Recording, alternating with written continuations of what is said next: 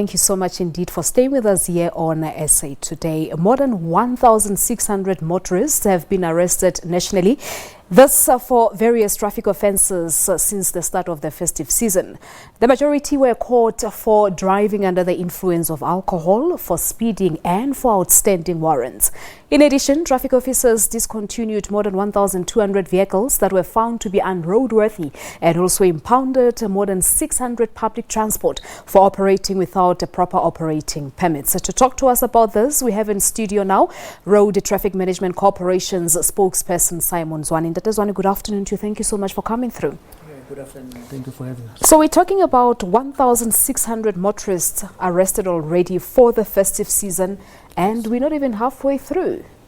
Yes, we're getting to the halfway mark. I think it shows that what we promised at the beginning, that we will be deploying traffic officers all over the place and that there is a zero tolerance on the road. That's supported by the statistics. All right, so the majority were also caught for driving under the influence of alcohol, as I said on my introduction. And really, driving under the influence and speeding, we do know that it is wrong, and they still continue to do it.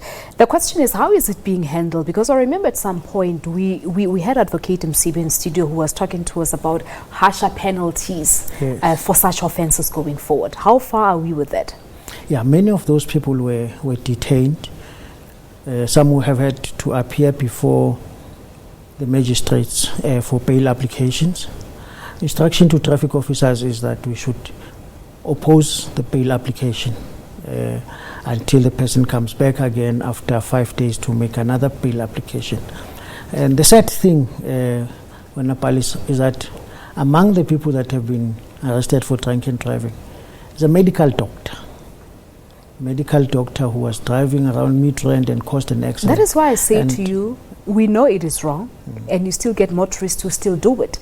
The question is the punishment harsh enough? Because I remember that at some point, RTMC, I think it was last year, you guys were talking about looking at drinking and driving reclassified. Yes. So the suspects of drinking and driving would be handled like those of rape and murder. Yes, that process is still on, with discussions with the Department of Justice. You know, amending a legislation takes a bit of time, but we are still on that program. We strongly believe that people who are caught driving under the influence of alcohol or excessive speeds should not get bail easily, and that in fact we should introduce minimum sentences for those kinds of offences. Okay, so we don't know how far the process is, as you say that legislation will have to be amended. Yeah, legislation would have to be amended, and that process is currently underway. So as I say that at times they do things that they know they're not supposed to do. And on top of that, there's this mentality that one must always have cash with whilst traveling long distances, just in case they come across traffic officials on the road. And it also speaks to the issue of bribe between motorists and your officials as well. What is happening in that regard? Because I think it was also interesting to see that about 2 motorists were arrested for allegedly offering bribes to traffic officers. Yeah, the attitude really is about I won't get caught, and or if I get caught, I'll pay myself. Yeah, true. But we are seeing now increasingly more traffic officers are arresting people who are doing that. There were even illegal immigrants who tried to bribe traffic officers, and they were arrested. But we are also deploying our anti-corruption unit members on the road to monitor what is happening. Members of the public and traffic officers will be arrested if they are found to be involved in corruption and bribery. Let us also talk about the festive season plan that was launched last week Thursday on the N3. What exactly does the plan entail? Well, the plan entails this deployment of high technology onto the roads to ensure that we assist our officers in doing their work, so that we have motor vehicles that are able to detect moving violations. You know that that every accident is preceded by someone who breaks the rule of the road, either overtaking on a barrier line or speeding. So we have got technology now that will be able to assist traffic officers to detect those who Where is that violate. technology? It's in within vehicles. the motors. It's within the vehicles that traffic officers are using, and some of these cars are not marked. So if people are expecting that there's a traffic officer that will emerge from under a bush somewhere, it's not this year.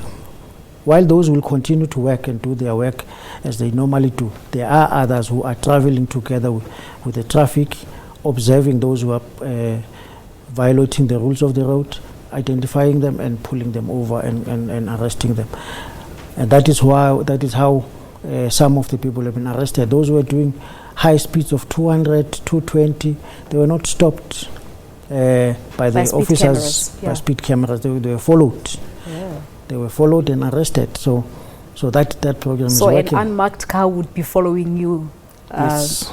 Okay, with a traffic officer inside. Yeah, it's part of the traffic, and they're following you. They're observing you as you break the rules of the road, and then at the time they will arrest you. Let's also talk about, because we understand that RTMC has also drawn up a list of about 100 routes or roads across the country which are said to be notorious for fatal accidents. Yeah, we've done a study of the routes that are most notorious for accidents. It's 10 per province, and that is assisting traffic officers to know which places to focus their resources on. And in that way, we're hoping that it will help us to reduce the numbers of people who are dying. So what's going to happen? Is there going to be more deployment of traffic officials on those marked roads? Yeah, deploying on those identified routes, and also others. Because since the start of the festive season, we are now identifying that some people are now using other routes that they were never using before to try and avoid traffic officers. So we have identified even the alternative routes now that must be policed. So we've heard the Transport Minister Fikile Mbalula saying that he's looking into reducing the fatalities for this festive season by about 10%.